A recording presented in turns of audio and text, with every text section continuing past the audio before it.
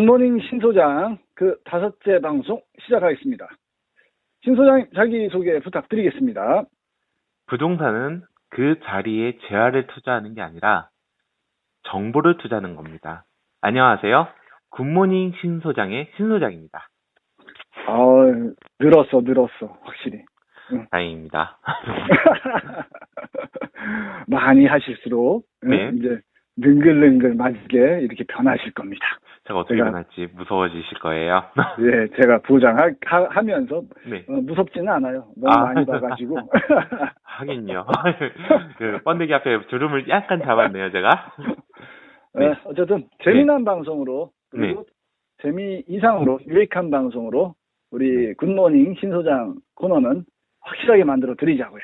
네, 저도 노력하겠습니다. 예, 바로 들어가겠습니다. 보통 일반 사람들은 그 부동산 투자 그 계약이나 뭐 이런 경험이 없는데 네. 그 투자할 때 네. 그 어떤 계약서라든지 그 내용들이 네. 어느 정도 중요한가요, 이게? 부동산 분양이나 아니면 간접 상품의 리츠처럼 국가 당국에서 계약 양식을 준비하지 않는 일반 투자 계약서는요, 민사의 비전형 계약서에 있기 때문에 정말 중요합니다. 민사 간의 문제이기 때문에. 아니, 거기서 잠깐만요. 네. 비전형 계약서라는 거. 네. 비전형 계약서라는 것은 어떤 걸 의미하는 거죠? 그러니까 전형적인 거, 예를 들면, 우리가 계약서를 쓸 때, 그 법률적으로 네네. 어떤 거, 예를 들면은 물품이나 그런 것들을 정해놓는 것들이 있어요. 그건 정형적인 계약서라고 볼 수 있겠고요. 비정형적이라는 거는 free. 너와 나와의 관계에서 이런 것들을 어떤 부분에 대해서 계속 쓰는 거. 그러니까 이런 거를 약속을 하자라는 거. 그러니까 틀이 없는 게 비정형 계약서라고 볼 수 있겠습니다. 임의대로 자기들이 작성해 놓는 거? 네, 그렇습니다. 그리고요. 그리고 공동투자나 지분투자 등은 반드시 분쟁이 생길 수밖에 없어요. 네, 그렇기 때문에 계약서 내용은 상당히 중요합니다. 분쟁이 진행될 때는 계약서의 내용이 절대적인 부분이 될 수 있기 때문입니다. 그렇다면은 네. 우리가 계약서를 봤을 때 네. 꼼꼼히 확인을 하고 싶어. 네. 근데 내가 어디를 포인트로 잡고서 확인을 해야 되지? 이런 의문이 들잖아요. 당연하죠. 예, 그랬을 때 어떤 포인트를 두고 확인을 해야 될까? 요걸 한번 좀 부탁드리겠습니다. 가장 중요한 게 뭘까요? 역시 얼마를 받을 수 있나? 수익률을 표시를 해야 되겠죠. 만약에 수익이 달성될 시 못할 때 보장 내역이 있는지도 살펴봐야 되겠고요. 그리고 이거는 간단하게 말씀을 드려볼게요. 좀 3점포로 빠지기 전에 우리가 40억 투자 펀딩을 받고 투자를 하는 투자자가 있어요. 실질적으로 지금도 투자를 하고 있는데 그분이 그 하나를 투자했는데 그게 맹지예요. 근데 그 맹지를 해결되는 땅, 이게 맹지라는 게 뭔지 아시죠? 도로에 접도돼 있지 않습니다. 그러면은 그러면 건축을 못 하는데 여기다가 건축을 하게 되려면은 인접지, 그러니까 도로를 접도한 땅을 사용 수익을 할 수 있어야 되거든요. 네, 근데 그 맹지를 해결되는 땅이라면 그 인접에 있으면서 도로에 접도된 땅이죠. 그거를 자기 아내 이름으로 낙찰을 받은 거예요. 그러면은 이게 어떻게 하겠어요? 그럼 아내 상대로 그 많은 돈을 주고 그 땅을 구입을 해야겠죠. 또 그 투자를 받았는데 그 펜트하우스를 낙찰을 받았어요. 20억짜리를. 이런 게 오비락이라고, 이게 진짜 있었던 일이거든요. 분쟁을 없애기 위해서는 투명한 회계, 이거 정말 정확하게 해야 됩니다. 그리고 중요한 게 바로 수익의 배분 시기. 네, 공동투자의 경우 권리적, 법률적, 그리고 신탁 소유자의 주체 등, 예를 들면 그 지분 투자를 할 때 1인의 소유자는 나로 하고 내가 법률적인 부분에 대해서는 대표로 한다. 그런 것들을 왜 그러냐면 자금들이 되게 많거든요. 그렇기 때문에 한 사람이 법률적인 계약을 체결한다던가 그 수익을 분배를 한다던가 그런 부분에 필요한 부분, 그리고 투자자가 이탈 시의 환급 기준, 그리고 되게 중요한 부분이 바로 처분 시기 등이 모든 게 정해져 있어야 됩니다. 그러니까 이게 막연하게 이게 언젠간 오르니까 이렇게 되면 수익이 많다. 네. 그러니까 뭐 특별한 계약서 없이 우리 같이 투자하자 이런 개념이 아니라 네. 이거를 어느 부분에서 판매를 시켜서 수익을 올릴 수가 있고 네. 그다음 네. 그 과정에서 투명하게 회계도 밝혀야 되고 이런 당연하죠. 것들을 다 종합적으로 서류로 남겨야 된다는 얘기죠, 이게. 정확하게는 감리권도 이 투자자들한테 줘야 됩니다. 뭐 그 제3자 예를 들면 회계사나 그 세무적인 부분에서 세무사에 대해서 그 여기에서 불법적인 일탈이 있었는지 횡령이나 배임이 있었는지도 정확하게 봐야 되겠죠. 그거를 하기 위해서는 투명한 회계, 공개된 회계가 당연히 중요한 부분이고요. 회계가 불투명하다 그러면 한 번쯤 의심을 해볼 필요성이 있겠네요, 그럼. 네, 그렇죠. 가장 중요한 부분 중에 하나입니다. 투명성. 그러면 계약서 안에 네. 이런 어떤 모든 것들이 정확하게 표기가 돼야 되고, 그 다음에. 당연하죠. 그리고 이거는 제가 말씀드렸던 것들은 그러니까 투자자의 권익이나 자기 재산 가치의 보호뿐만 아니라 그 투자 자체가 성공하려면 명확하게 기준을 잡는 게 좋습니다. 예전에 이거는 하나의 사례인데요. 그 언론에서 유명한 강남의 건물 하나가 3분의 1 정도가 잘려나갔어요. 강남의 건물이 3분의 1이 잘려버렸어요. 그 샌드위치처럼. 아, 전번에 그 말씀 저한테 살짝 해주셨던 거 그런 것 같은데. 예, 그 설명 좀 다시 한번 부탁드릴게요. 예. 네. 이게 어떻게 보면 되게 큰 수익률이거든요. 그 몇십억에 대한 투자 이익을 냈으니까. 근데 제가 말씀을 드렸을 거예요. 그 투자자들 사이에서는 많은 이탈도 있었고, 서로 간의 싸움도 있었고, 반복이 있었습니다. 근데 이런 투자 그 계약서가 잘 돼 있었다면, 물론 이게 8년이라는 시간이 너무 긴 시간이었기 때문에 하겠지만, 그래도 서로 간에 윈윈할 수 있는 투자 포인트가 잡을 수 있죠. 그런 부분 때문에 이런 투자 계약서는 되게 중요합니다. 참 항상 대화를 나누지만 어려워. 근데 만약에 계약서가 없어. 네. 그러면은 계약서 없이 이게 한 게 제가 알기로는 또 계신 분이 몇 분 계시더라고요. 투자에. 분 중에. 네. 근데 그러면은 이거를 또 어떻게 해야 돼요? 없을 경우에는? 이거 되게 큰 문제인데요. 계약서가 없다면 그 녹취를 해가지고 보관을 한다던가, 이게 뭐 전화 녹취를 한다던가 그런 거를 해서 보관을 한다던가 분쟁을 대비하는 게 좋죠.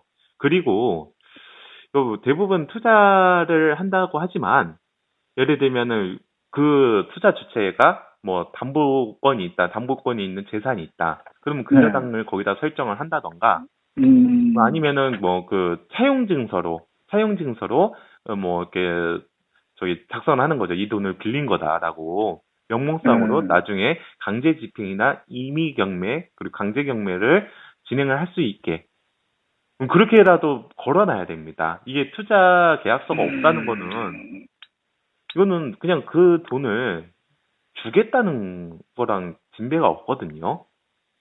그냥 돈 빌려줬는데 때릴 수도 있다. 이렇게 생각해야 된다는 얘기네. 그렇죠.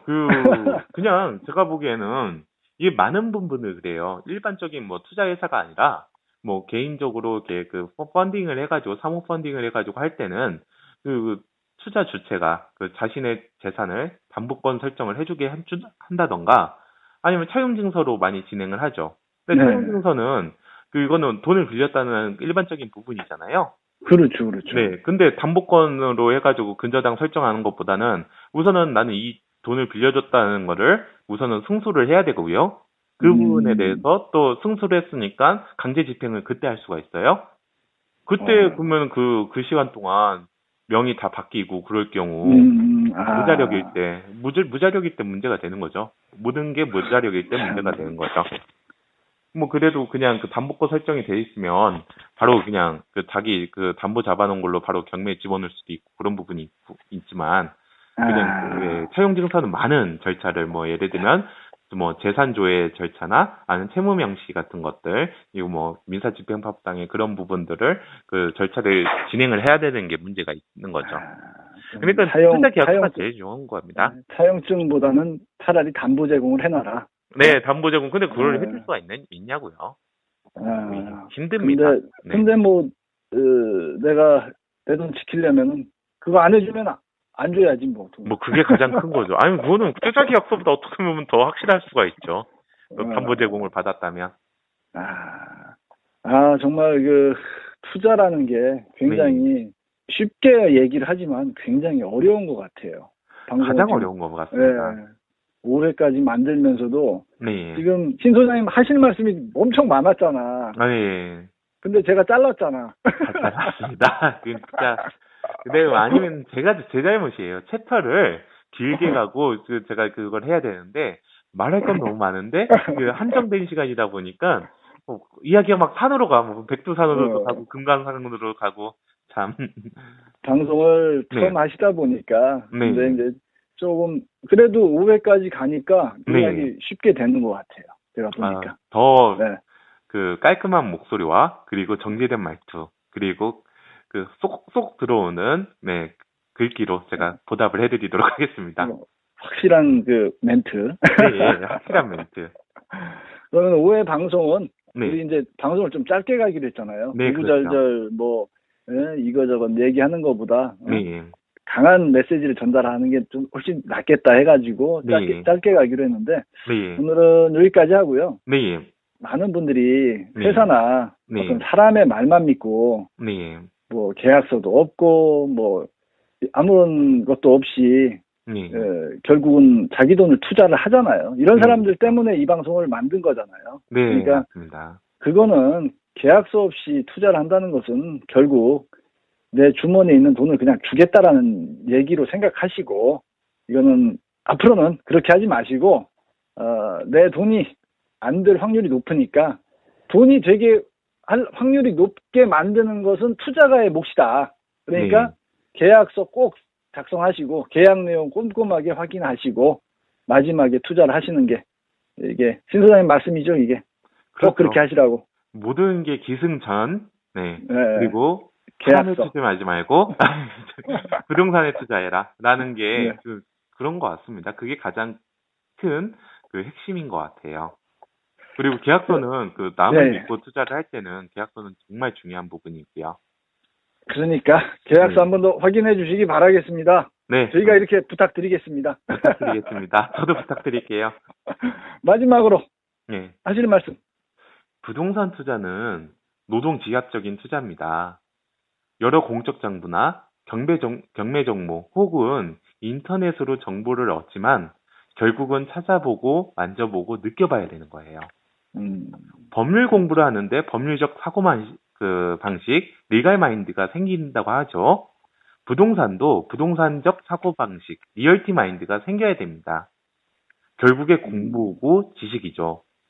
여러분께서 리얼티 마인드가 생기지 않은 경우, 물건에 대한 신념이 생기지 않는 경우에서는 결국엔 사람을 믿고 투자하게 되고 그럼 사기꾼이나 잘못된 투자회사한테 당하기 쉽습니다. 오늘 방송은 제가 좀 바꿔봤어요. 정확한 계약서 작성은 당신의 권리입니다. 그리고 이거 다 떠나가지고 사람을 믿지 말고 계약서를 믿어라. 이걸로 오늘 결론 내리겠습니다. 저는. 완벽합니다. 부동산 엑스파일 카페에 많은 이제 코너들이 있고요. 많은 정보들이 올라오고 있는데 그 정보 속에서 여러분들이 하나하나 피해를 보지 않을 수 있는 어떤 그 현명한 대처법이 나와주고 있는 것 같아요. 요즘 보니까. 포탈 다음에 부동산 엑스파일 카페에 방문하셔서 어떤 사례들이 우리 의문제기 많이 하잖아요. 카페에서. 그러니까 그거 한 번 더 살펴보시고 그리고 오늘 방송처럼 계약서 꼭 잊지 마시고 꼭 한 번 더 확인하셔서 손해보시는 일이 없도록 하셨으면 좋겠습니다. 부동산 엑스파일의 굿모닝 신소장. 오늘 방송에 저는 김 PD 신소장이었습니다. 감사합니다. 감사합니다.